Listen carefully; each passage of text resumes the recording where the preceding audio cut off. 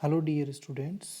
आज अपन बैक्टीरियोलॉजी में डिस्कस करने जा रहे हैं एंटेरोबैक्टीरियसी फैमिली के बारे में। कुछ जनरल फीचर्स इनके।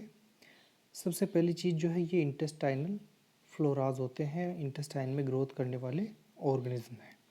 ये ग्राम नेगेटिव होंगे सभी जो ऑर्गेनिज्म हैं इस कैटेगरी के, और साथ में ये है रोड शेप। ये ऑर्गेनिज्म जो है वो मोटाइल होंगे, लेकिन ऐसी कंडीशन में जब ऑर्गेनिज्म में क्या प्रेजेंट हो, पेरिट्राइकेट फ्लैजिला। पेरिट्राइकेट फ्लैजिला मीन्स उस बैक्टीरियल सेल के चारों तरफ फ्लैजिला प्रेजेंट होंगे। नहीं तो फिर ऐसी कंडीशन में जब नहीं हो तो फिर ये नॉन मोटाइल होंगे। ये जो है नॉन स्पोरिंग और नॉन एसिड फास्ट होते हैं। ना तो ये एसिड फास्ट स्टेनिंग से स्टेन होते हैं और ना ही ये स्पोर बना सकते हैं। ये फर्मेंट करते हैं ग्लूकोज को, एसिड प्रोडक्शन करते हैं। हालांकि गैस का प्रोडक्शन हो भी सकता है और नहीं भी। नेक्स्ट अपन बात करेंगे इस ग्रुप का इम्पोर्टेंट ऑर्गेनिज्म है वो है इकोलाई। इकोलाई की बात करें तो ये जो है एक इम्पोर्टेंट पैथोजन है ह्यूमन और एनिमल्स की इंटेस्टाइन में रहने वाला। मॉर्फोलॉजी की अगर अपन बात करें तो ये एक ग्राम नेगेटिव, और इस ग्रुप के सभी ऑर्गेनिज्म जो है बैक्टीरियाज है वो सभी ग्राम नेगेटिव ही होते हैं। साथ में ये नॉन कैप्सुलेटेड ऑर्गेनिज्म है, साइज 2 to 4 माइक्रोन, और इसकी ये जो है लेंथ है और जो विड्थ है उसकी बात करें तो 0.4 to 0.7 माइक्रोन। ये मोटाइल है और नॉन स्पोरिंग। मोटाइल इसलिए क्योंकि पेरिट्राइकेट होता है इकोलाई, क्योंकि ये इकोलाई जो है वो एंटेरोबैक्टीरियसी का एक बैक्टीरिया है इस फैमिली का। इसके अंदर फ्लैजिला चारों तरफ होते हैं सेल के, इसलिए ये मोटाइल होता है। पेरिट्राइकेट है इसलिए मोटाइल है। कल्चर कैरेक्टर्स की बात करें तो कल्चर जब अपन करेंगे यहाँ पे तो कुछ कल्चर के फीचर्स हैं। ये जो है एरोबिक और फैकल्टेटिव एनएरोब होता है। ऑक्सीजन की प्रेजेंस और एब्सेंस दोनों में ये ग्रोथ कर सकता है। ऑप्टिमम टेम्परेचर जो है वही बॉडी टेम्परेचर, क्योंकि स्ट्रिक्ट पैथोजन है ये, तो 37 डिग्री सेंटीग्रेड। लिक्विड ग्रोथ के अंदर कैसी ग्रोथ करेगा ये, इसकी अपन बात करें तो ये शो करता है यूनिफॉर्म टर्बिडिटी। पूरे जो फ्लूइड है, जो लिक्विड है, उसमें एक जैसी ये ग्रोथ करता है। पूरे फ्लूइड के अंदर टर्बिडिटी शो करेगा सभी जगह एक जैसी, जब अपन 8 to 24 आवर्स के लिए इसको इंक्यूबेट करते हैं, रखते हैं उस फ्लूइड में। न्यूट्रिएंट एगार की अगर अपन बात करें जो कि एक सॉलिड मीडिया है, और यहाँ पे कॉलोनी स्टडी के लिए अपन यूज़ कर रहे हैं, तो कॉलोनीज बनती हैं सर्कुलर और स्मूथ होगी, और कोई कलर वहाँ पे कॉलोनीज में अपीयर नहीं होगा, और कॉलोनीज अपीयर होती है 12 to 18 आवर्स में जब अपन इसको रखते हैं न्यूट्रिएंट एगार में। ब्लड एगार में अगर अपन इसको रखते हैं तो यहाँ पे इसके कुछ स्ट्रेन, सभी स्ट्रेन नहीं इकोलाई के, कुछ स्ट्रेन मीन्स जो पैथोलॉजिकल इसके टाइप्स हैं, थोड़ा थोड़ा इनमें डिफरेंस होता है, स्ट्रक्चरल डिफरेंस। तो जोन ऑफ बीटा हिमोलाइसिस ये शो करते हैं। बायोकेमिकल रिएक्शन की बात करें तो ये यहाँ पे फर्मेंटेशन करते हैं लगभग सभी शुगर्स का, लैक्टोज, ग्लूकोज, सुक्रोज, माल्टोज, और साथ में मैनिटोल का भी ये फर्मेंटेशन करते हैं। यहाँ पे एसिड का प्रोडक्शन करते हैं और गैस का भी प्रोडक्शन करते हैं। रेसिस्टेंस की अगर अपन बात करें तो ये जो है सोइल और वाटर दोनों में कई मंथ्स तक ये इजीली सरवाइव कर सकता है, और ये जो है सोइल हो या जो वाटर है ये एक सोर्स भी है इसके इन्फेक्शन का, इसलिए वहाँ पे कई मंथ्स तक जो है ये सरवाइव कर सकता है। अगर 60 डिग्री सेंटीग्रेड पे अपन इसको 20 मिनट के लिए रखते हैं तो ये डिस्ट्रॉय हो जाता है, किल हो जाएगा। एंटीजेनिक स्ट्रक्चर की बात करें तो 4 टाइप के इसमें एंटीजन्स प्रेजेंट होते हैं। सोमेटिक एंटीजन, जिसको ओ एंटीजन भी बोलते हैं, ये जो है हीट स्टेबल होता है, हीट से इससे कोई इम्पेक्ट नहीं पड़ता है, इजीली ये बियर कर लेता है हीट को। सरफेस एंटीजन, जिसको के एंटीजन बोलते हैं, ये हालांकि हीट लेबाइल होता है, हीट में ये डीनेचर हो जाता है। फ्लैजिलर एंटीजन, जिसको एच एंटीजन बोलते हैं, ये भी हीट लेबाइल है, हीट से डीनेचर हो जाता है। फेब्रियल एंटीजन है, इसको अपन बोलते हैं एफ एंटीजन, ये भी हीट लेबाइल होता है। टॉक्सिन की बात करें तो ये प्रोड्यूस करता है एंडोटॉक्सिन और एक्सोटॉक्सिन दोनों। इसमें जो है एक्सोटोक्सिन दो टाइप के होते हैं।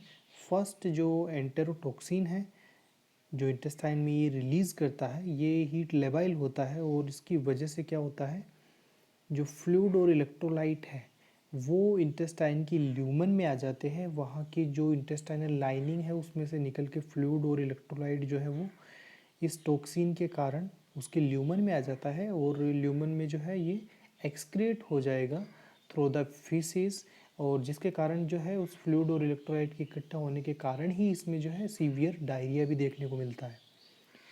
सेकंड जो इसका इम्पोर्टेंट एक्सोटोक्सिन है वो है हीमोलाइसिन। हीमोलाइसिन जब ये टिश्यूज़ के अंदर चला जाता है, बहुत ज़्यादा ग्रोथ कर लेता है इंटेस्टाइन में और इन्वेड हो जाता है वहाँ पे टिश्यूज़ में या ब्लड के कांटेक्ट में आता है, तो ये प्रोड्यूस करता है यहाँ पे बहुत ही लीथल हार्मफुल इफ़ेक्ट। पैथोजेनेसिस की अगर अपन बात करें तो ये जो एंडोटॉक्सिन प्रोड्यूस करता है उसकी वजह से इसमें फीवर हो सकता है, साथ में ल्यूकोपीनिया की कंडीशन हो सकती है, हाइपरटेंशन और disseminated intravascular coagulation DIC। Disseminated intravascular coagulation जो है वो होगा जब ये टिश्यूज़ से होता हुआ ब्लड में इन्वेड हो जाए और वहाँ पे ब्लड कोगुलेशन जो है कोज करेगा। ब्लड कोगुलेट होने की वजह से वहाँ पे जो है फॉर्मेशन हो सकता है थ्रोम्बस का, जो काफ़ी लाइफ थ्रेटनिंग हो सकता है। साथ में जो है ये गैस्ट्रोएंटेराइटिस भी कोज कर सकता है। गैस्ट्रिक इंटेस्टाइनल जो है लाइनिंग है उसमें इन्फेक्शन और इन्फ्लामेशन ये कोज करता है। इन्फ्लामेटरी कंडीशन वहाँ पे दिखाई देगी इसकी वजह से। और साथ में जो है सीवियर नोज़िया, वोमिटिंग, डायरिया, ये तो इसमें अपीयर होंगे ही होंगे अगर इंटेस्टाइनल लाइनिंग जो है वो काफ़ी हद तक डैमेज हो चुकी है तो।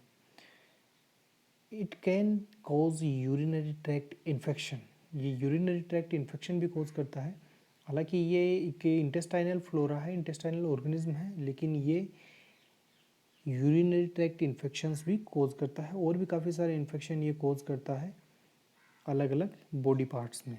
तो अगर ये यूरिनरी ट्रैक्ट में जाता है तो वहाँ पे कर सकता है सिस्टाइटिस, जो यूरिनरी ब्लैडर है उसका इन्फेक्शन और इन्फ्लामेशन, और वहाँ से ग्रोथ करता हुआ अगर ये किडनी की तरफ बढ़ता है तो वहाँ पे ये कोज करेगा पाइलोनेफ्राइटिस, किडनी तक अगर ये पहुँचता है तो।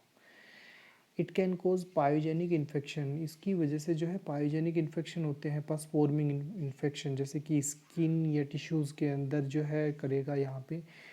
तो वुंड का जो है ये इन्फेक्शन कोज कर सकता है अगर वहाँ पे ग्रोथ कर ले, तो वहाँ पे एब्सेस का फॉर्मेशन भी ये कर सकता है, पस फॉर्मेशन भी इसके कारण वहाँ हो सकता है। पेरिटोनियल कैविटी के अंदर ये स्प्रेड होगा तो वहाँ पे पेरिटोनाइटिस कोज करेगा। अगर ये गोल ब्लैडर तक पहुँच गया इंटेस्टाइन में, इंटेस्टाइन से ग्रोथ करता हुआ, क्योंकि वो एक एसेसरी स्ट्रक्चर है, इससे जुड़ी हुई स्ट्रक्चर है इंटेस्टाइन से, तो वहाँ पे ये कोज करेगा कोलीसिस्टाइटिस, गोल ब्लैडर का इन्फेक्शन। अगर ये ब्लड में इन्वेड होता हुआ ब्रेन तक पहुँचे, ब्रेन की कवरिंग्स तक पहुँचे, तो ये कोज करेगा मेनिंजाइटिस। साथ में इसमें जो है एक मोस्ट कॉमन चीज़ ये और है कि सेप्टिसीमिया ये काफ़ी कॉमनली कोज करता है। एक इम्पोर्टेंट कोज है सेप्टिसीमिया का, ब्लड में जो पैथोजन की ग्रोथ है, जो इन्फेक्शन है, वो काफ़ी कॉमन है इकोलाई की वजह से। इसके बाद लैब डायग्नोसिस की अगर अपन बात करें तो सबसे पहले अपन हमेशा करेंगे हीमेटोलॉजिकल इन्वेस्टिगेशन ही देखते हैं, जिसमें TLC जो है वो नॉर्मल ही मिलती है, क्योंकि जब तक इसका टिश्यूज़ के अंदर इन्वेजन नहीं हो, टिश्यूज़ के अंदर जब तक ये जाता नहीं, ब्लड के कांटेक्ट में नहीं आता, तब तक जो है WBCs नहीं बढ़ती है। अगर इन्वेजन हुआ है टिश्यूज़ के अंदर तो TLC, टोटल ल्यूकोसाइट काउंट, बढ़ी हुई मिलेगी, आइदर फिर नहीं मिलेगी, नॉर्मल रेंज में ही मिलेगी। जब टिश्यू इन्वेजन होगा तभी बढ़ी हुई मिलेगी। DLC की बात करें तो जब TLC बढ़ रही है तो DLC भी बढ़ेगी, और DLC बढ़ रही है तो DLC में पॉलीमॉर्फोन्यूक्लियर सेल्स जो है वो बढ़ी हुई मिलेगी। बैक्टीरियोलॉजिकल इन्वेस्टिगेशन की बात करें तो अपन सबसे पहले स्पेसिमेन कलेक्ट करते हैं, जो कि मिड स्ट्रीम यूरिन होगा। यूरिन का जो है स्टार्टिंग का जो स्ट्रीम है वो अपन डिस्कार्ड करते हैं, जो मिड स्ट्रीम यूरिन है वो कलेक्ट करते हैं, ताकि दूसरे ऑर्गेनिज्म के आने के चांसेस वहाँ पे उसमें स्पेसिमेन में नहीं हो। इसके अलावा अपन पस कलेक्ट कर सकते हैं जहाँ पे इसकी ग्रोथ हो रखी है। रेक्टल स्वाब अपन ले सकते हैं, फीसेस भी अपन कलेक्ट कर सकते हैं, एक स्टेराइल कंटेनर में लेते हैं और उसको लैब में सेंड कर देते हैं, जहाँ पे इसका सबसे पहले स्मीयर प्रिपेयर किया जाता है स्मीयर एग्जामिनेशन करने के लिए, जिसमें अगर अपन इसका एग्जामिनेशन जो करते हैं स्मीयर एग्जामिनेशन, तो वहाँ पे अपने को दिखाई देंगे ग्राम नेगेटिव बेसिलाइज। ट्रीटमेंट की अगर अपन बात करें तो ये सेंसिटिव है सल्फोनेमाइड्स, ट्राइमेथिप्रिम, टेट्रासाइक्लिन और क्लोरमफेनिकोल जो है, या चाहे अमाइनोग्लाइकोसाइड्स हैं, ये इंपॉर्टेंट एंटीबायोटिक्स है, ये सभी इसके लिए इफ़ेक्टिव है। यहाँ पे एक चीज़ ध्यान देने वाली ये है कि अगर सिंगल अपन एंटीबायोटिक देंगे तो सिंगल ड्रग के लिए ये इजीली रेसिस्टेंस डेवलप कर लेता है, इसलिए अपन एक ड्रग एक एंटीबायोटिक नहीं देते हैं, कॉम्बिनेशन में देते हैं। इसके अलावा अगर यूरिनरी ट्रैक्ट इन्फेक्शन की वाली कंडीशन है तो यहाँ पे नाइट्रोफ्यूरांटीन जो है या फिर नेलिडिक्सिक एसिड है वो अपन इसमें एंटीबायोटिक देते हैं। चॉइस ऑफ ड्रग जो है वो यहाँ पे अपन जेंटामाइसिन को ही रखेंगे इमरजेंसी की कंडीशन में, क्योंकि इमरजेंसी में जो है बाकी ड्रग्स का जो है सेंसिटिविटी टेस्ट करना पड़ता है। जेंटामाइसिन थोड़ी इनमें सेफ़ है, अपन इजीली जो है विदाउट सेंसिटिविटी टेस्ट दे सकते हैं। Okay, thank you.